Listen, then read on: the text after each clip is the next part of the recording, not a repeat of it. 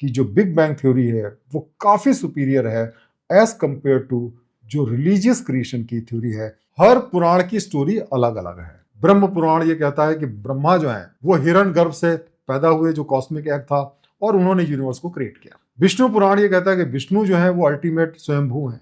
शिव पुराण की बात करें तो शिव जो है वो स्वयंभू है।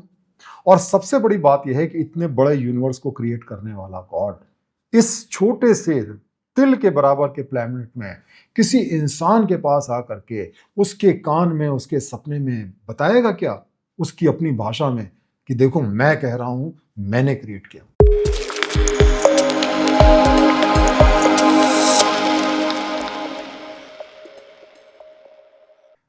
दोस्तों, एक बहुत इंपॉर्टेंट मुद्दा आज हम डिस्कस करने जा रहे हैं, और ये है कि ये हमारा जो यूनिवर्स है ये कैसे क्रिएट हुआ। क्योंकि इस बारे में दो अपोजिट विचारधाराएं हैं।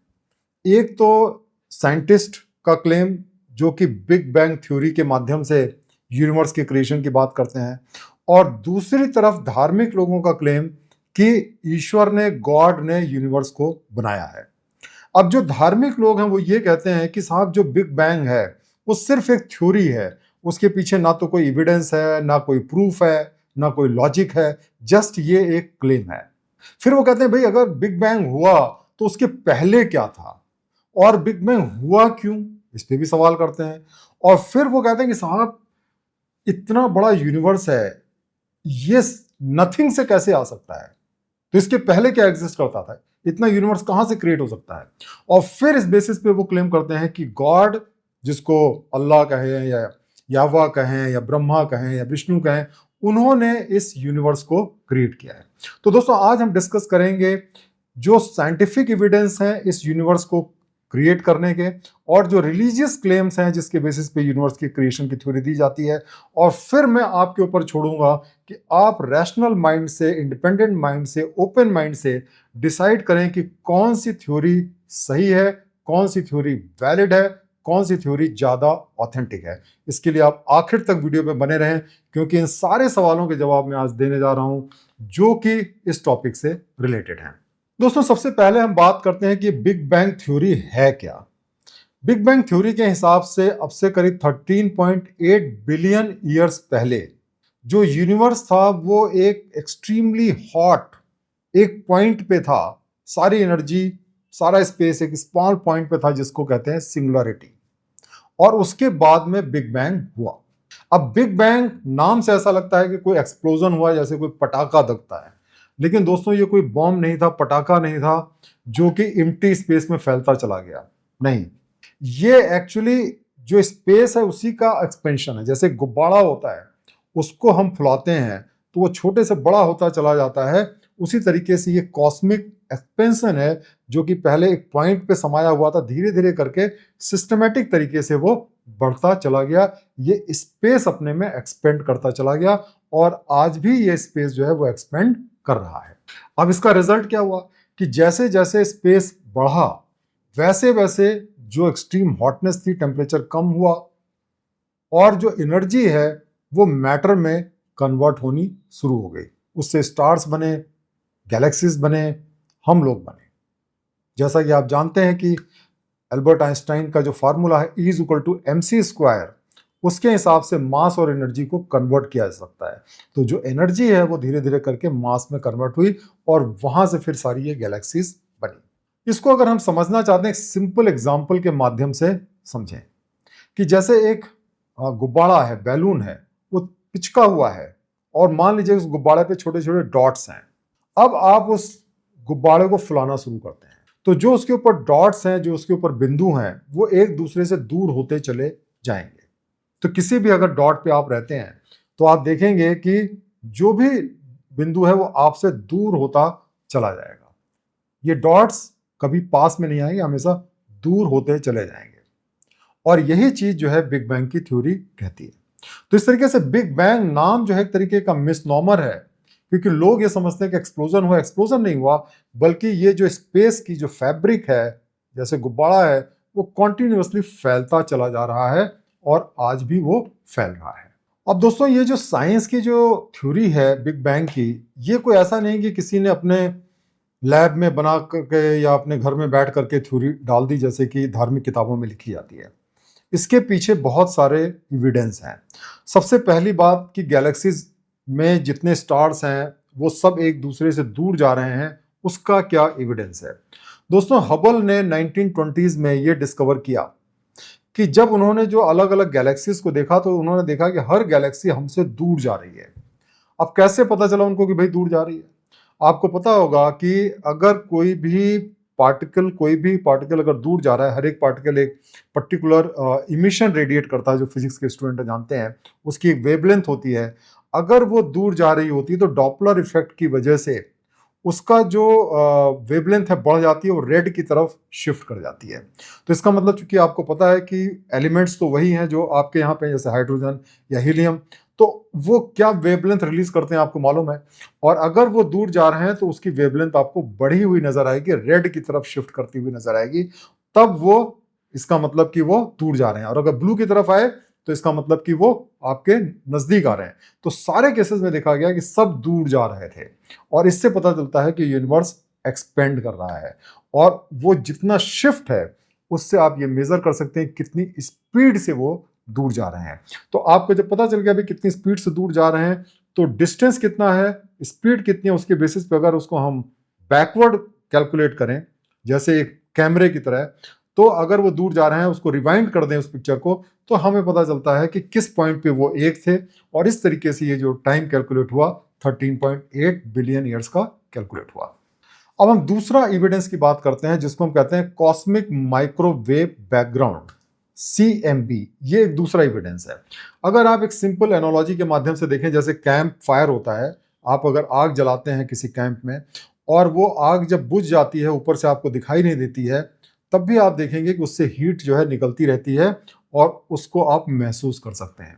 उसी तरीके से जो यूनिवर्स है वो बहुत पहले शुरू हुआ, बहुत ज़्यादा हॉट था उस समय और बहुत टाइटली पैक था, और उससे बहुत सारी एनर्जी रिलीज हुई जो कि पूरे स्पेस में फैली हुई है। आज जो है ये आपका जो स्पेस है वो बिलियंस ऑफ लाइट ईयर्स के बराबर चौड़ा हो गया है, लेकिन जो पुरानी जो आपकी एनर्जी है वो अभी भी यहाँ पे विद्यमान है, वो एकदम से डिसअपियर नहीं हो जाती है।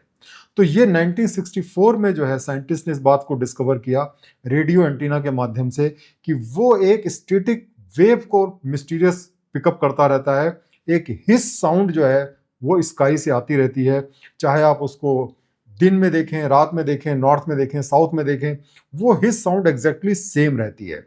और उसके बेसिस पे उन्होंने इस बात को कंक्लूड किया कि वो जो लेफ्ट ओवर हीट थी पहले के, जिस समय ये बिग बैंग हुआ था, वो आज भी बेसिकली यूनिवर्स में महसूस है। इसीलिए इसको कहा जाता है कि ये हमारे जो कॉस्मोस है उसका बेबी पिक्चर है। मतलब जब वो बेबी रहा होगा तो उस समय जो हीट प्रोड्यूस हुई थी वो आज भी आप उसको महसूस कर सकते हैं। तीसरा दोस्तों जो एविडेंस आता है वो होता है एबेंडेंस ऑफ लाइट एलिमेंट। दोस्तों, हम इसको एक सिंपल तरीके से अगर देखें, जैसे अगर आप मान लीजिए एक केक बना रहे हैं और उसके अंदर आप कोई रेसिपी फॉलो कर रहे हैं, उसमें आप चीनी डाल रहे हैं, मैदा डाल रहे हैं, अंडा डाल रहे हैं, और उसका एक रेशियो है, तो आपको जो पूरे केक में सेम रेशियो आपको मिलेगा। आप कहीं से भी केक अगर तोड़ेंगे तो वहां पे आपको वही रेशियो मिलेगा, शुगर का, आटे का और अंडे का। तो देखिए इसका लॉजिक यहाँ पे क्या है कि जो पहले कुछ मिनट थे उसमें यूनिवर्स जो है एक बहुत ही बड़ा जायंट हॉट न्यूक्लियर किचन जैसा था, और वहां पे कॉम्प्लेक्स मैटर नहीं रह सकते थे। वहां पे केवल जो सिंपल मैटर्स हैं जैसे हाइड्रोजन और हीलियम, वही वहां पे एग्जिस्ट कर सकते थे। और फिर क्या हुआ कि साइंटिस्ट ने क्या किया कि इस प्रिंसिपल को यूज करके उन्होंने कैलकुलेट करने की कोशिश की कि यूनिवर्स की क्या रेसिपी होनी चाहिए, और उन्होंने इस बेसिस पे प्रिडिक्ट किया कि जो यूनिवर्स के अंदर जो हाइड्रोजन और हीलियम का जो रेशियो है वो 75-25 का होना चाहिए, ये रेशियो होना चाहिए। और उसके बाद में जब उन्होंने पावरफुल टेलीस्कोप से देखना शुरू किया तो उन्होंने देखा जो सबसे पुरानी जो गैस है, गैस क्लाउड्स हैं जो सबसे दूर हैं स्पेस के, वहां पर जब वो रेशियो उन्होंने देखा तो हाइड्रोजन और हीलियम का सेम रेशियो आया जो यहां से कैलकुलेट किया गया था 75-25 का। तो ये भी एक थर्ड एविडेंस आता है जिससे पता चलता है कि बिग बैंग हुआ था और बिग बैंग के क्या क्या एविडेंस हैं। तो दोस्तों इस तरीके से हमने देखा कि बिग बैंग कोई ऐसी थ्योरी नहीं है जिसको कि किसी ने दे दिया, सब साइंटिस्ट उसको आंख बंद करके फॉलो कर रहे हैं, बल्कि उसके पीछे बहुत सारे डेटा हैं, एविडेंस हैं, रीजंस हैं, उसके बेसिस पे साइंटिस्ट उसको एक्सेप्ट करते हैं। लेकिन दोस्तों बिग बैंग पे बहुत सारे सवाल हैं और उसको भी जानने की बहुत ज्यादा जरूरत है। जैसे एक सवाल ये आता है, बिग बैंग के पहले क्या था? जो भी आपके धार्मिक लोग होते हैं वो ये कहते हैं कि साहब बिग बैंग तो चलो ठीक था, उस समय सिंगुलरिटी थी, मान लिया आपकी बात, लेकिन उसके पहले क्या था? और वहीं पे वो ये कहते हैं कि साहब उसके पहले गॉड थे, क्योंकि गॉड ने ही यूनिवर्स को बनाया है। अब इसका क्या साइंटिफिक आंसर है? अगर आप एल्बर्ट आइंस्टाइन की जनरल थ्योरी ऑफ रिलेटिविटी को जानते हैं तो आप इस बात को भी जानते होंगे कि जो स्पेस होता है और टाइम होता है वो एक दूसरे से कनेक्टेड होते हैं। जैसे मास और एनर्जी कनेक्टेड रहता है, स्पेस और टाइम जो है एक दूसरे के साथ में कनेक्टेड रहता है। इसका मतलब टाइम भी फिक्स नहीं होता है, टाइम कोई लीनियर नहीं होता कि एकदम स्ट्रेट लाइन वो मूव करता रहेगा। टाइम भी लगातार चेंज होता रहता है। अगर आप लाइट की स्पीड से ट्रेवल करें तो टाइम स्टेशनरी हो जाता है। तो इस तरीके से अगर आपने अल्बर्ट आइंस्टाइन की जो जनरल थ्योरी ऑफ रिलेटिविटी पढ़ी है और जिसका आज एम्पल प्रूफ अवेलेबल है, तो आपको पता चलेगा कि साहब टाइम और स्पेस एक साथ ही क्रिएट हुए। और इस वजह से कि बिग बैंग के पहले क्या था टाइम, तो इसका कोई सवाल ही नहीं उठता, क्योंकि टाइम भी तभी पैदा हुआ जब बिग बैंग हुआ। ये इसी टाइप का क्वेश्चन है ये पूछना कि साहब नॉर्थ पोल के नॉर्थ में क्या है? तो साहब टाइम जो है बिग बैंग के साथ ही शुरू हुआ, इसलिए उसके पहले क्या है, इस प्रश्न का कोई सवाल पैदा नहीं होता। और इसके बारे में जो साइंटिस्ट का मत है कि सब एटॉमिक लेवल पे अगर क्वांटम फ्लक्चुएशन होते हैं तो उससे स्पॉन्टेनियसली स्पेस बढ़ सकता है, बिग बैंग शुरू हो सकता है। दोस्तों आज की दुनिया में झूठ, फरेब और धोखे का बोलबाला है। आपके चारों तरफ आपको रोज ऐसे हजारों लोग हैं जो एक्सप्लॉइट करना चाहते हैं। Fake news, paid news, advertisement, propaganda, अंधविश्वास, सूडो साइंसेस और सुपरस्टिशन के माध्यम से, खास तौर से सोशल मीडिया प्लेटफॉर्म पे। दोस्तों क्रिटिकल थिंकिंग एक ऐसा कवच है जो आपको हर तरीके के एक्सप्लॉइटेशन से बचा सकता है, सच और झूठ के बीच में जो फर्क है उसको समझने में मदद कर सकता है और आपकी जिंदगी में हैप्पीनेस और सक्सेस को ला सकता है। मैंने क्रिटिकल थिंकिंग को प्रमोट करने के लिए इंटरनेशनल क्रिटिकल थिंकिंग फाउंडेशन का गठन किया है, जो कि एक not for profit public trust है। आप हमारी वेबसाइट पे विजिट करें जहां पे आप क्रिटिकल थिंकिंग एप्टीट्यूड टेस्ट ले सकते हैं। वहां पे लाइब्रेरी में आर्टिकल सेक्शन में जाकर के आप आर्टिकल्स पढ़ सकते हैं, वीडियोस देख सकते हैं और फ्री कोर्सेज भी वहां पे आप कर सकते हैं। अब एक दूसरा सवाल जो है पूछते हैं जो आपके रिलीजियस लोग हैं कि साहब इतना बड़ा यूनिवर्स है, इतना विशाल का यूनिवर्स है, ये नथिंग से कैसे आ सकता है? उसके पहले जरूर कुछ ना कुछ रहा होगा और जो था वो गॉड था, ये थ्योरी देते हैं।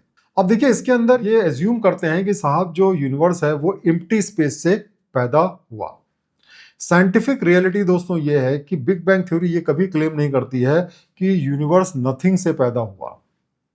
ये सिर्फ ये बताती है कि यूनिवर्स कब पैदा हुआ, कैसे पैदा हुआ।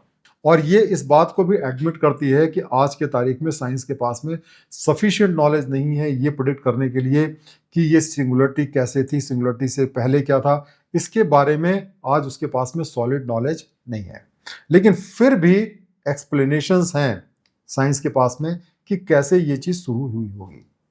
स्टीफन हॉकिंग जो कि आपको मालूम है कि बहुत बड़े साइंटिस्ट थे, फिजिसिस्ट थे, नोबेल लॉरेट भी थे, उनकी जो किताब है brief answer to big question, उसके अंदर उन्होंने स्पेकुलेट किया है, इस बात को समझने की कोशिश की है कि किस तरीके से जो है बिग बैंग में ये मटेरियल या यूनिवर्स क्रिएट हुआ।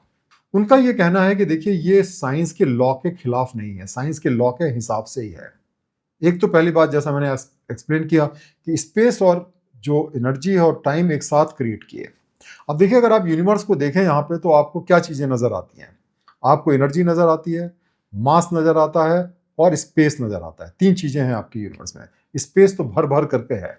अब आपको पता है कि मास और एनर्जी तो इक्विवेलेंट है, E=mc² के हिसाब से। तो हम ये कह सकते हैं कि इस यूनिवर्स में दो ही चीजें हैं, एक है एनर्जी और दूसरा है स्पेस। और इसीलिए जो है इन्होंने ये एज्यूम किया कि इस यूनिवर्स में निगेटिव एनर्जी, अगर हम माने कि निगेटिव एनर्जी है, तो नेचुरली जो भी पॉजिटिव एनर्जी है या जो मास है जो पॉजिटिव एनर्जी से क्रिएट हुआ है उसको बैलेंस करने के लिए नेगेटिव एनर्जी है और दोनों का सम 0 हो जाता है। अब ये नेगेटिव एनर्जी क्या चीज है? तो इसके बारे में जो स्टीफन हॉकिंग का कहना है कि जो स्पेस है, बिलियंस ऑफ लाइट ईयर का स्पेस है, वही नेगेटिव एनर्जी है। क्योंकि जैसे स्प्रिंग को आप स्ट्रेच करते हैं वैसे स्पेस स्ट्रेच हुआ तो उसके अंदर जो एनर्जी हुई वो नेगेटिव एनर्जी है। और इस तरीके से अगर आप उसको जोड़ेंगे तो आपका सम 0 आ जाएगा। अब एक सवाल यह भी आता है कि अगर एक एक्सप्लोजन हुआ था तो यूनिवर्स में इतना ऑर्डर क्यों है, इतना सिस्टमेटिक, इतनी फाइन ट्यूनिंग क्यों है? दोस्तों ये हमें समझना पड़ेगा कि जैसे डायनामाइट एक्सप्लोड करता है, यूनिवर्स उस तरीके से कोई एक्सप्लोड नहीं हुआ था, क्योंकि डायनामाइट से सिर्फ डिस्ट्रक्शन होता है, उससे गैलेक्सीज नहीं बनती हैं। साइंटिफिक रियलिटी ये है कि बिग बैंग जो है वो बहुत यूनिफॉर्म तरीके से, बहुत सिस्टमेटिक तरीके से, जैसे एक ऑर्गेनिज्म ग्रो करता है, एक सेल एक इंसान बन जाता है, वैसे ही ये धीरे धीरे करके ग्रो किया है। और जब ये ग्रो किया, शुरू में जब मैटर फैला और उसके बाद जब ठंडा होना शुरू हुआ, तब ये ग्रेविटी पैदा हुई जिसने मैटर को एक दूसरे से अट्रैक्ट करना शुरू किया। तो दोस्तों ये जो आर्गुमेंट है कि साहब ब्लास्ट हुआ तो ये सिस्टमेटिक कैसे है, इसको आप समझिए कि ब्लास्ट जैसा नहीं हुआ, ये ग्रो किया है धीरे धीरे। उसके बाद में कई बार लोग कहते हैं साहब ये जो यूनिवर्स है बड़ा फाइन ट्यून्ड है। अगर आप अर्थ की बात करें तो हर चीज इतनी परफेक्ट है ये पूरे यूनिवर्स में कि अगर ग्रेविटी की वैल्यू थोड़ा भी ऊपर नीचे हो जाए तो सर्वाइव नहीं करेगा। या अर्थ के अंदर अगर आप देखें, अगर हमारा टेम्परेचर 30-40 डिग्री ज़्यादा हो या कम हो तो हम सर्वाइव नहीं कर सकते। तो ये फाइन ट्यूनिंग किसने की है?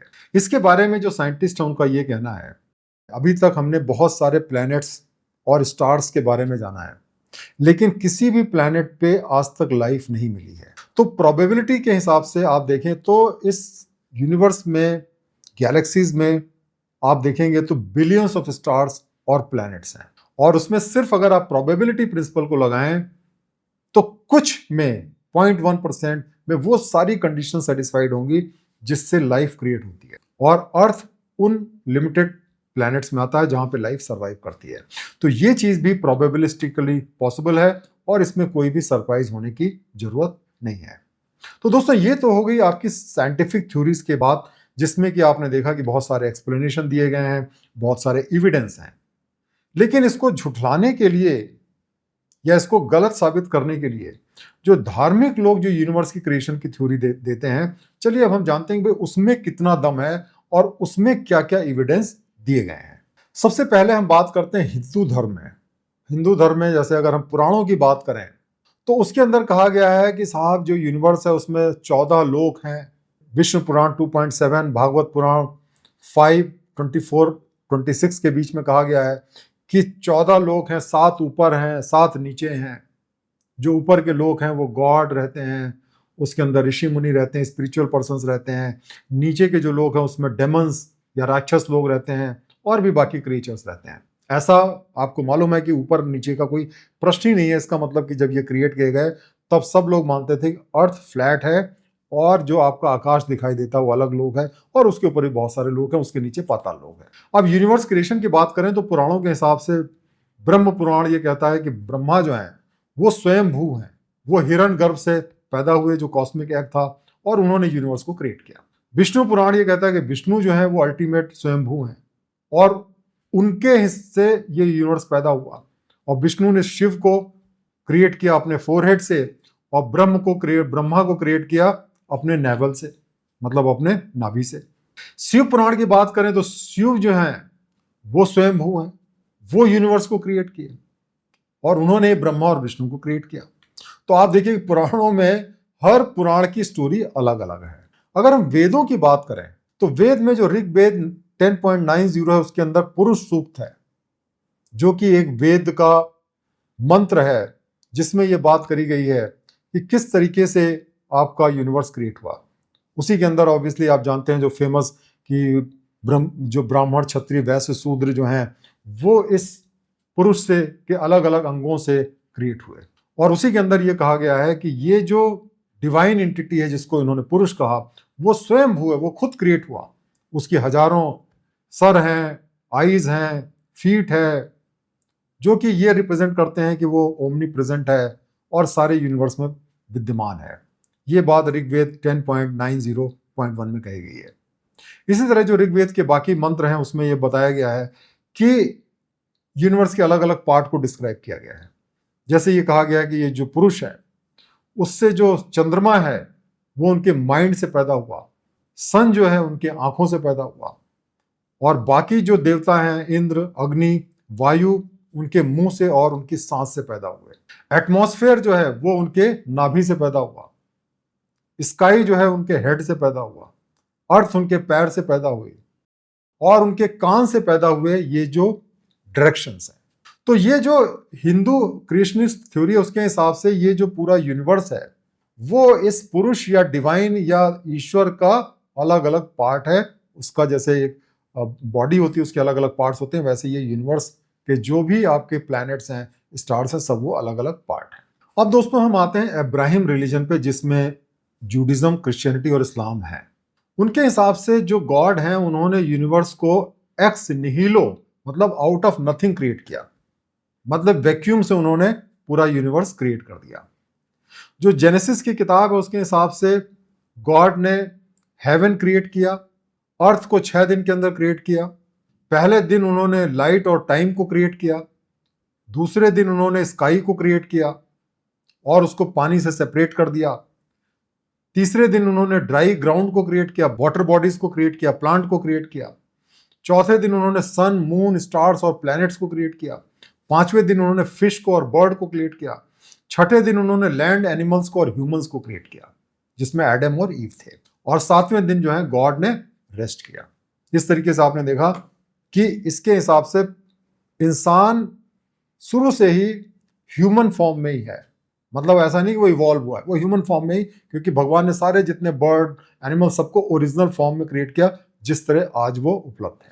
इस्लाम जो है उसके अंदर अगर हम कुरान की बात करें उसके अंदर भी 6 डे क्रिएशन की बात करी गई है, लेकिन उसके अंदर जो शब्द इस्तेमाल किया गया आयाम, जो कि एक लॉन्ग पीरियड को रिप्रेजेंट करता है बजाय इसके कि 24 आवर पीरियड को रिप्रेजेंट करता है। और उसके अंदर अगर आप देखेंगे तो ये जो पीरियड है आयाम वो एक दूसरे सूत्र में करीब 50,000 सालों के बराबर बताया गया है। इसके बारे में आपको आगे बताऊंगा।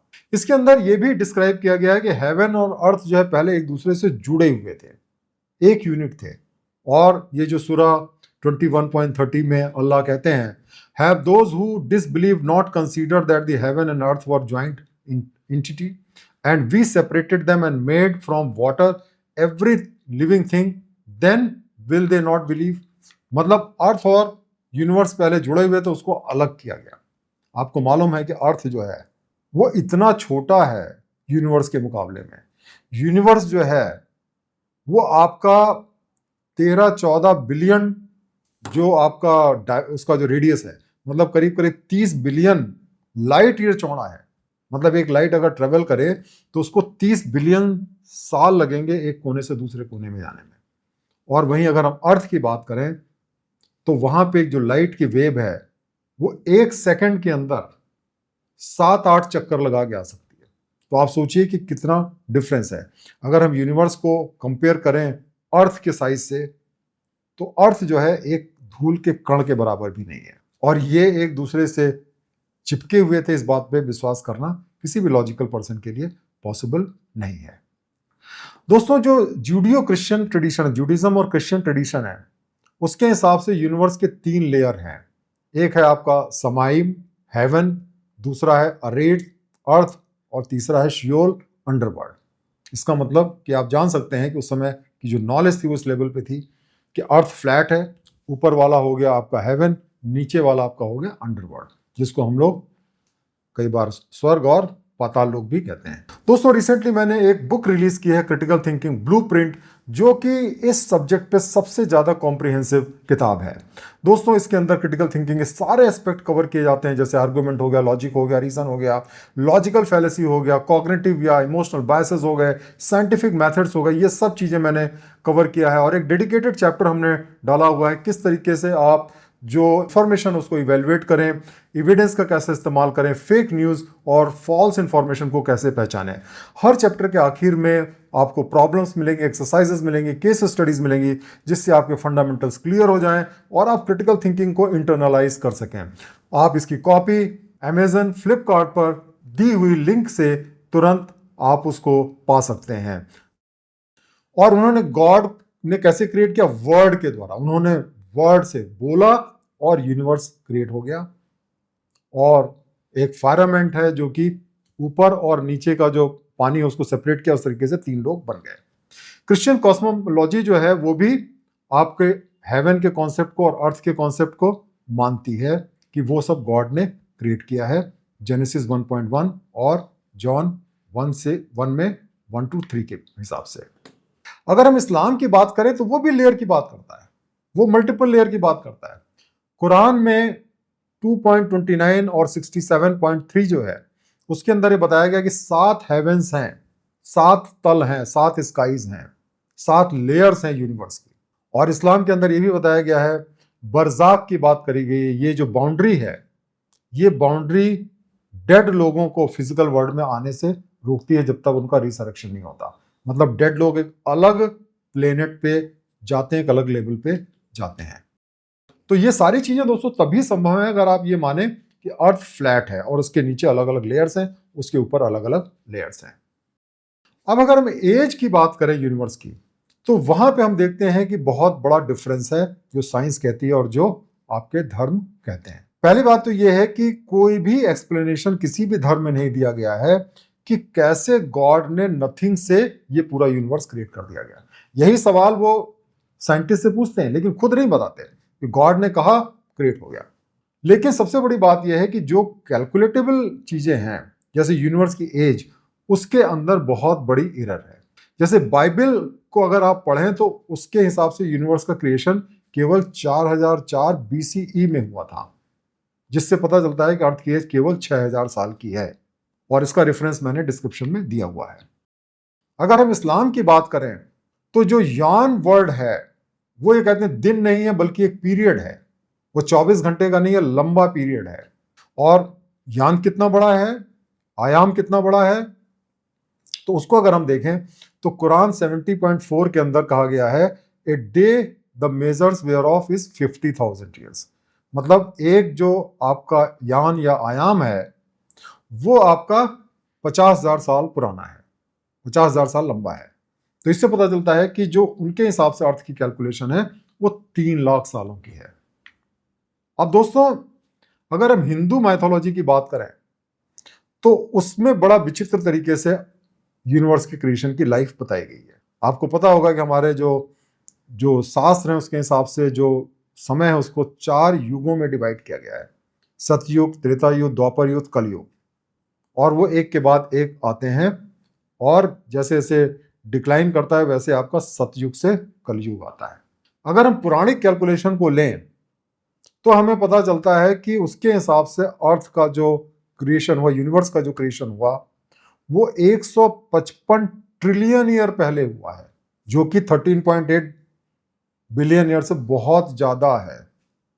इसका भी रेफरेंस मैंने प्रोवाइड किया है, आप इसको देख सकते हैं और स्टडी कर सकते हैं। तो दोस्तों आपने देखा कि जो टाइम पीरियड है जिसके बारे में आज हमें कॉन्क्रीट पता है कि कब क्रिएट हुआ था, चलिए यूनिवर्स कब क्रिएट हुआ था हमें नहीं पता है, लेकिन कम से कम अर्थ के बारे में तो हमारे पास में सॉलिड एविडेंस है, क्योंकि हम कार्बन डेटिंग और बहुत सारे मेथड से हम पता कर सकते हैं कि अर्थ कितनी पुरानी है। और उसी तरीके से ह्यूमंस जो कि यूनिवर्स के बिगिनिंग से क्रिएट करने का दावा किया गया है, उसके बारे में भी हमें पता है कि जो होमोसेपियंस हैं, जो आज के इंसान हैं, वो तकरीबन 2 लाख साल पहले ही क्रिएट हुए हैं, जबकि जो अर्थ है वो करीब 3.8 बिलियन ईयर पहले क्रिएट हुई है। आपने देखा जब अर्थ आपके 3.8 बिलियन ईयर्स पहले क्रिएट हुई तो फिर बाइबल का जो कैलकुलेशन 6000 साल का है, या जो कुरान का कैलकुलेशन जो आपका 3 लाख साल का है, या फिर 155 ट्रिलियन ईयर का जो कैलकुलेशन हिंदू शास्त्रों के हिसाब से आता है, ये सारे बिल्कुल गलत हैं और तुक्केबाजी हैं और कोई एविडेंस नहीं है कि ये हुआ। और उन्होंने अपने धर्म शास्त्रों में कोई एविडेंस भी नहीं दिया, जबकि साइंटिस्ट जब भी कोई दावा करते हैं तो हमेशा उसके साथ में एविडेंस देते हैं। दोस्तों सबसे बड़ा सवाल ये आता है कि इतना बड़ा बिलियन ईयर का जो यूनिवर्स क्रिएट हुआ, इतना चौड़ा यूनिवर्स क्रिएट हुआ, उसको क्रिएट करने वाला गॉड कितना बड़ा होगा, कितना कॉम्प्लेक्स होगा। और सवाल ये उठता है कि उस गॉड को किसने क्रिएट किया। इस सवाल का क्या जवाब है किसी भी धार्मिक व्यक्ति के लिए। लेकिन उनको किसी जवाब की जरूरत नहीं होती है। वो सिर्फ ये कह देते हैं साहब गॉड तो स्वयं भू है, उन्होंने खुद को क्रिएट किया, उनको को आप समझ नहीं सकते, वो किसी भी रीजन और लॉजिक के बाहर है। दोस्तों जितनी भी आपकी धार्मिक थ्योरीज दी गई हैं उसमें जीरो एविडेंस है, और जितने वेरीफाइबल फैक्ट्स उसके अंदर आप देख सकते हैं सारे 100% गलत हैं। उसमें एक भी फैक्ट साइंटिफिकली जब स्टडी की गई तो सही नहीं पाया गया। लेकिन उसके बावजूद आप देखेंगे कि जो धार्मिक लोग हैं वो उस पर विश्वास करते हैं। वो साइंटिफिक लोगों से तो एविडेंस की डिमांड करते हैं, लेकिन अपने धर्म ग्रंथों में क्या एविडेंस है उसकी कोई बात नहीं करते, क्योंकि कोई एविडेंस है ही नहीं। तो दोस्तों आज के डिस्कशन से हम क्या सीखते हैं? पहली बात कि बिग बैंग एक कल्पना नहीं है, एक गेस नहीं है, बल्कि एक बहुत ही साउंड साइंटिफिक थ्योरी है जिसके पीछे फिजिकल एविडेंस है, जिसको हम देख सकते हैं, मेजर कर सकते हैं, टेस्ट कर सकते हैं। जैसे आपका रेड शिफ्ट हो गया, CMB हो गया, एलिमेंट्स के रेशियोज हो गए, ये सब हम चेक कर सकते हैं। ये बात सही है कि ये सारे मिस्ट्री को एक्सप्लेन नहीं करती है, लेकिन ये आज के तारीख में सबसे एक्यूरेट मैप प्रोवाइड करती है कि किस तरीके से कॉस्मोस क्रिएट हुआ।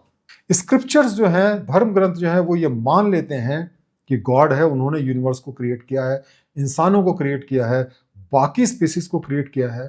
कहां से क्रिएट किया है उसका कोई एक्सप्लेनेशन नहीं है। गॉड दोस्तों खुद फॉर्मलेस है, और कोई फॉर्मलेस चीज जीरो से कैसे चीजों को क्रिएट कर सकती है? उसका वर्ड कैसे आ सकता है? उसका इमेजिनेशन कैसे हो सकता है? उसका ड्रीम कैसे हो सकता है? और सबसे बड़ी बात यह है कि इतने बड़े यूनिवर्स को क्रिएट करने वाला गॉड इस छोटे से तिल के बराबर के प्लैनेट में किसी इंसान के पास आकर के उसके कान में, उसके सपने में बताएगा क्या? उसकी अपनी भाषा में कि देखो मैं कह रहा हूं, मैंने क्रिएट किया।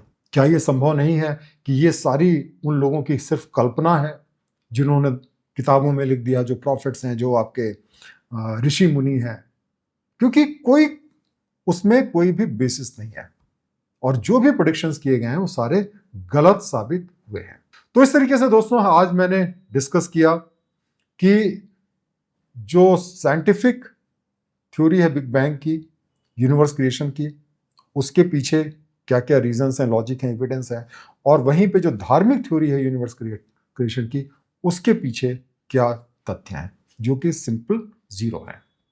और इसीलिए दोस्तों मेरा यह मानना है कि जो बिग बैंग थ्योरी है वो काफी सुपीरियर है एज कंपेयर टू जो रिलीजियस क्रिएशन की थ्योरी है, धार्मिक ग्रंथों में जो यूनिवर्स क्रिएशन की थ्योरी है, जिसके पीछे ना कोई तथ्य है, ना कोई कारण है, और जो भी उसके अंदर चीजें दी गई सब गलत साबित हुई हैं, जो भी वेरीफाइबल फैक्ट्स हैं। और इस वजह से मेरे हिसाब से उनको विश्वास करने का कोई आधार नहीं है। लेकिन आप मेरी बात से एग्री ना करें, आप स्वयं अपना दिमाग लगाएं, आप सोचें कि मैंने जो आज एविडेंस दिए हैं और जो मैंने आज डिस्कशन किया उसके बेसिस पे आप किस कंक्लूजन पे पहुंचते हैं। आप जरूर कमेंट सेक्शन में अपने विचार को लिखें।